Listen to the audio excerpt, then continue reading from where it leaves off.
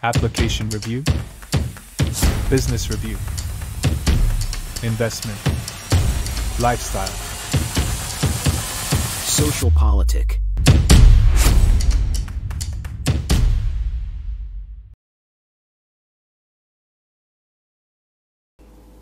Halo Bapak Ibu, saudara-saudari sekalian, lovers and haters, salam cerdas Indonesiaku. Jumpa lagi kita pada kesempatan kali ini. Bagi Anda yang belum subscribe channel saya, silakan subscribe channel saya, tekan loncengnya agar Anda dapat notifikasi setiap kali saya mengupload video-video saya. Oke, saya akan melanjutkan lagi bahasan mengenai apa itu ya namanya ya, hak angket atau hak angket gitu ya, yang ternyata makin kesini makin masuk angin. Kenapa? Karena ternyata partai di mana Ganjar berada di dalamnya yang juga menggaungkan hak angket padahal sudah kalah gitu ya, aduh paling kecil pula tapi paling berisik gitu ya, minta hak angket.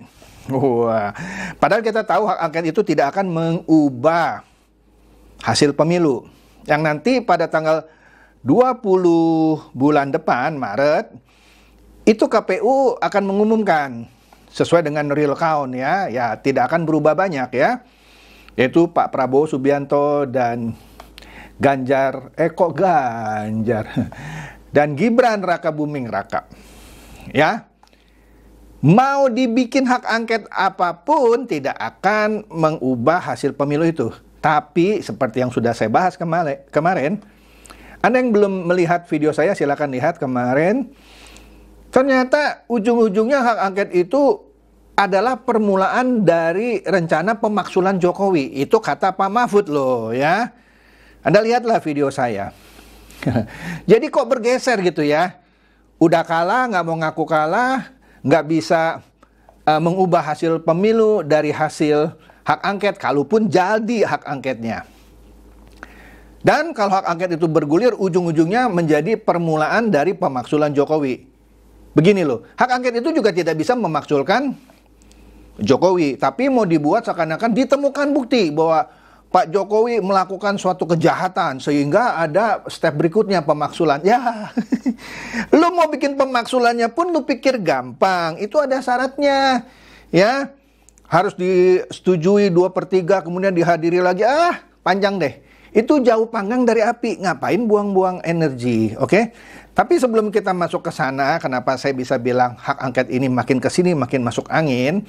Kita lihat dulu beberapa berita ya yang menarik nih. Kita lihat di sini ya. Di sini hasil hitung suara Pilpres 2024 terbaru, suara Anies Baswedan di tim Amin berpeluang 2 putaran. Jadi di tim 01 juga punya penghitungan suara.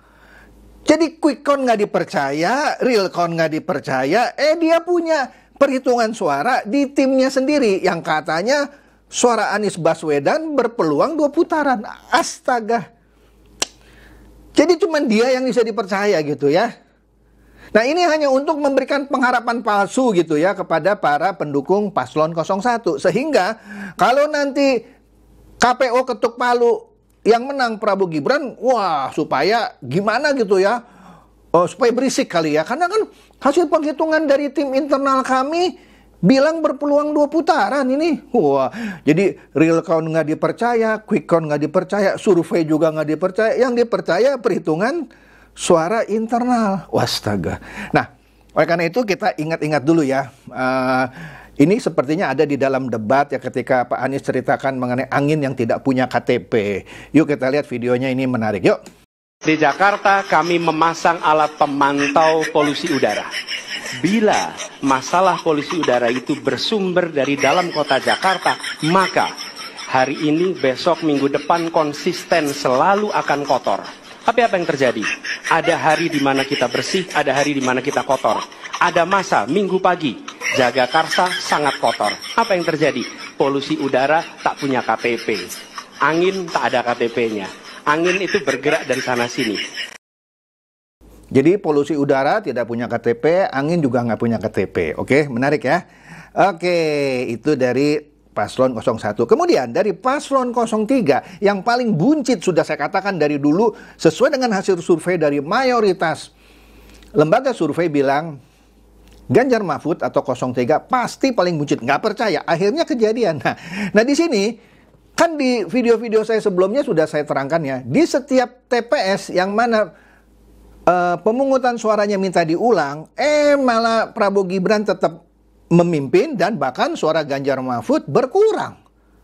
Nah, ini juga ada nih ya pemungutan ulang di Sampang Madura, di kampung halamannya Pak Mahfud. Di sini kita lihat ya, ini menurut channel ini ya, dia bilang Ganjar Mahfud hanya dapat 1 suara di TPS Sampang, gara-gara minta pemungutan suara ulang. Nah, mau bikin pemungutan suara ulang seluruh Indonesia, jangan-jangan enggak 16% lagi tuh, tinggal 5% kali. Oke, nah kita lihat nih. Tapi hari ini tentu berbeda. Secara kesatria dan dengan lapang dada, saya menerima kekalahan saya dalam pemilihan gubernur DKI Jakarta.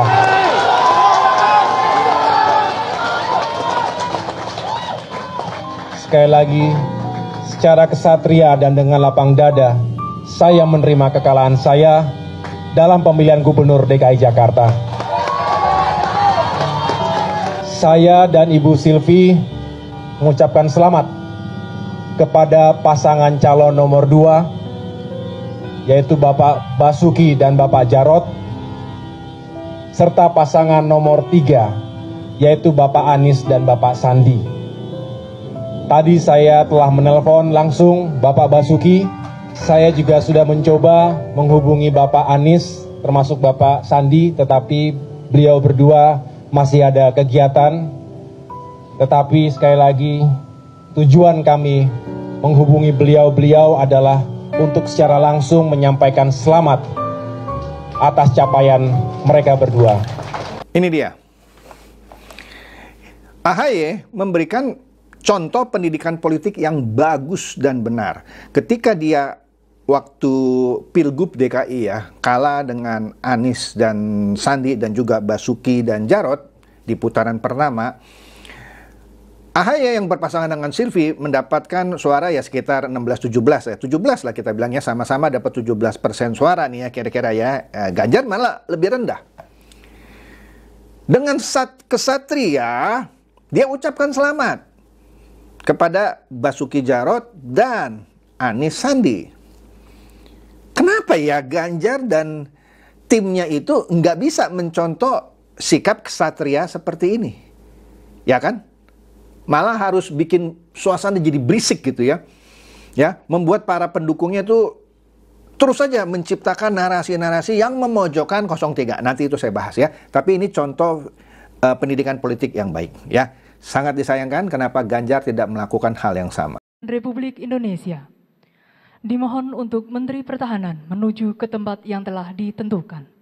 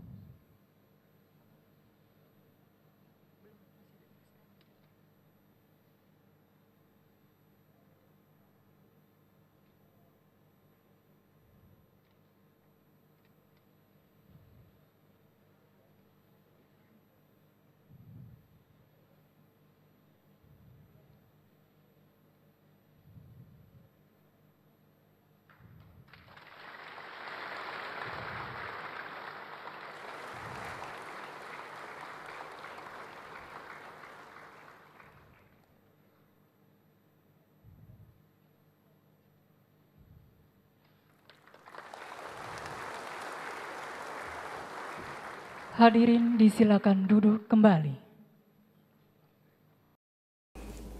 Akhirnya, kemarin Pak Jokowi memberikan pangkat kehormatan untuk Pak Prabowo.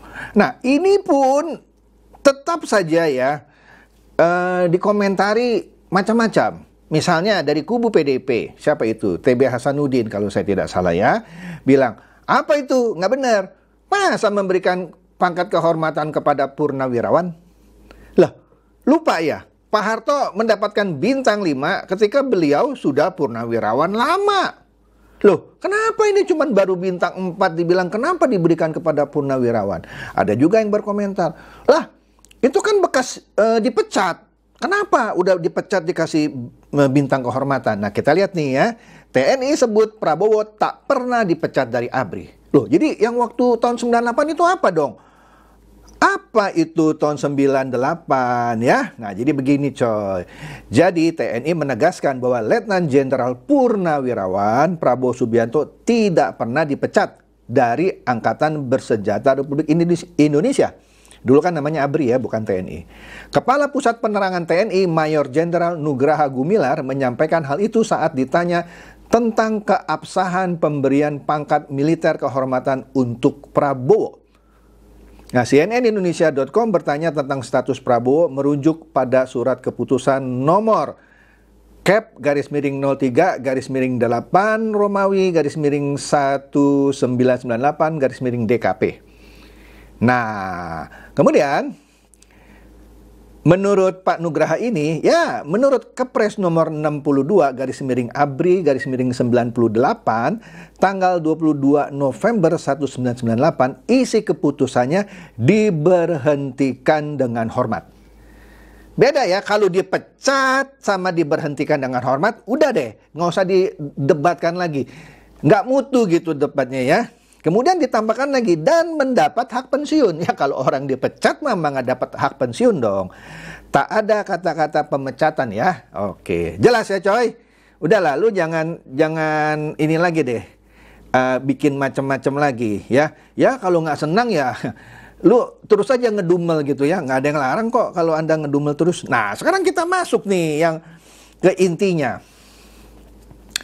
Nah, Kompas baru-baru ini memberitakan bahwa Nasdem, PKB, dan P3 diprediksi gabung kubu Prabowo karena tak punya DNA oposisi. Ya betul, Nasdem nggak pernah jadi oposisi, PKB dan P3 juga nggak pernah jadi oposisi. Bahkan sekarang, sampai sekarang, baik Nasdem, PKB, dan P3 masih partai yang ada di dalam pemerintahan. Dia tidak beroposisi dengan Pak Jokowi. Jadi dinilai dia akan bergabung. Nah, nanti kita lihat satu persatu ya. Nah, nanti kita lihat P3 nih, ya, yang sekarang ada di kubu 03. Ada orang mengumpamakan, lah itu matadornya PDIP tuh Pak. Dan yang Nasdem dan PKB juga matador tambahannya. Oke deh ya, itu namanya orang boleh beropini ya. Nah, itu prediksinya ya, mereka akan bergabung. Nah, kita lihat di sini ya, di Detik News ya, PPI ungkap 3 indikasi P3 berbeda dengan PDIP usai Sandi sikapi hasil Pilpres. Jadi begini, duduk persoalannya. Ketua Bapilu P3 yaitu Sandiaga Uno merasa terhormat. Catat nih ya, merasa terhormat jika diajak bergabung untuk membangun bangsa di pemerintahan selanjutnya. Oke, Direktur Parameter Politik Indonesia atau PPI Adi Prayitno menilai pernyataan itu sebagai bentuk P3 mengakui pemenang Pilpres 2024 satu putaran. Orang dia bilang kok merasa terhormat jika diminta bergabung. Jadi dengan kata lain secara implisit P3 mengakui pemenang Pilpres 2024 satu putaran ini, yaitu pasangan nomor urut 2 Prabowo Subianto dan Gibran Rakabuming Raka. Udah, nggak usah diperdebatkan lagi pernyataan ini ya. Jadi pernyataan P3 yang siap bergabung meneguhkan suatu keyakinan bahwa Pilpres itu di kalangan P3 sudah selesai. Ya, sudah game over. Sudah wassalam katanya ya. Yang secara tidak langsung ini sebagai bentuk pengakuan bahwa P3 ini sudah mengakui pemenang Pilpres itu Prabowo Gibran. Menang satu putaran, kata Adi kepada wartawan. Ya, ada 3 hal. Pertama, kata Adi, pengurus P3 mengucapkan selamat kepada Prabowo Gibran atas kemenangan versi hitung cepat atau quick count. Ya, sementara kata Adi sampai saat ini PDIP belum mengucapkan selamat. Harusnya mencontoh AHY tadi yang memberikan ucapan selamat kepada pemenang dan ngakui kekalahan secara kesatria. Tapi sudahlah, tapi P3-nya, matadornya PDIP, sudah mengucapkan selamat atas kemenangan versi hitung cepat atau quick count. Ya. Jadi menurut Adi Prayitno, ia melihat sejak awal ada 3 tanda yang memang indikasi bahwa PDIP berbeda dengan P3 melalui sejumlah elitnya. Ya, yang tadi dia bilang sudah mengucapkan selamat kepada Prabowo dan Gibran, ya, yang sudah menang versi quick count. Kedua, Sandiaga memberi sinyal siap bergabung di pemerintahan baru. Ya. Hal itu kata Adi berbeda dengan sikap PDIP yang sejak awal tegas siap berada di posisi oposisi 2024. Ya nggak apa-apa. Orang tidak harus selalu ada di pemerintahan. Menjadi oposisi juga terhormat karena dengan posisinya sebagai oposisi dia bisa menjadi penyeimbang, ya, mengkoreksi kebijaksanaan pemerintah. Saya nggak kebayang ya kalau semua partai semuanya bergabung ke 02. Jadi pemerintah itu nanti tidak ada yang mengoreksi. Jadi rasanya PDIP pun tahu. Jadi mereka punya posisi terhormat jika menjadi oposisi. Kenapa repot? Ya, P3 sudah tahu. Ya, itu hasil pemilu tidak bisa dibatalkan dengan hak angket. Mau 100 kali pun tidak bisa dibatalkan. Jadi buat apa ngotot begitu? Ini saya pikir P3 cerdas ini. Ngapain ngoceh gitu hak angket? Ya. Nah, jadi P3 siap menjadi bagian dari pemerintah andai diajak katanya ya. Beda dengan PDIP yang tadi sudah dikatakan siap menjadi oposisi. Ya nggak apa-apa. Kemudian indikasi ketiga menurut Adi Prayitno, PDIP kini terus bicara soal hak angket dalam dugaan kecurangan pemilu. Di sisi lain, P3 sebagai suatu koalisi dengan PDIP justru jarang berbicara soal hak angket. Malah nggak pernah saya dengar. Elit-elit PDIP bicara hak angket untuk mengungkap dugaan kecurangan dalam pemilu. Sejumlah elit P3 mengatakan hak angket itu kontraproduktif. Kan berbeda dengan PDIP artinya ya. Dan bisa menimbulkan kegaduhan. Ucapnya. Jarang kita mendengar elit-elit dan pengurus P3 yang bicara soal kecurangan. Bahkan elit mereka juga ada yang menolak soal hak angket. Dan bahkan siap menjadi koalisi Prabowo Gibran. Ya. Nah. Yang saya sangat sayangkan ya. Sikap Ganjar dan PDIP yang tidak kesatria membuat narasi-narasi para buzzernya itu ya tak terkontrol. Misalnya begini, kalau memang benar kenapa takut sama hak angket? Bukannya takut coy, ya. Kontraproduktif, buang-buang biaya gitu ya. Kemudian ada lagi yang menarasikan, itu kan Gibran anak haram konstitusi. Nah, sekarang gue mau tanya sama lu coy. Kalau Gibran bukan berpasangan dengan Pak Prabowo, tapi berpasangan dengan Ganjar, atau berpasangan dengan Anies, kan sudah pernah saya bahas ya, dua-duanya mengharapkan lu Gibran menjadi cawapres mereka. Masih lu ngomong anak haram konstitusi? Ngoceh aja lu ya. Yang cerdas gitu coy ya. Jangan bikin malu gitu. Lanjut. Nah, CNBC memberitakan hal yang kira-kira sama. Di sini dikatakan dulu dukung Ganjar, sekarang Sandiaga beri sinyal siap gabung kabinet Prabowo. Kurang apa?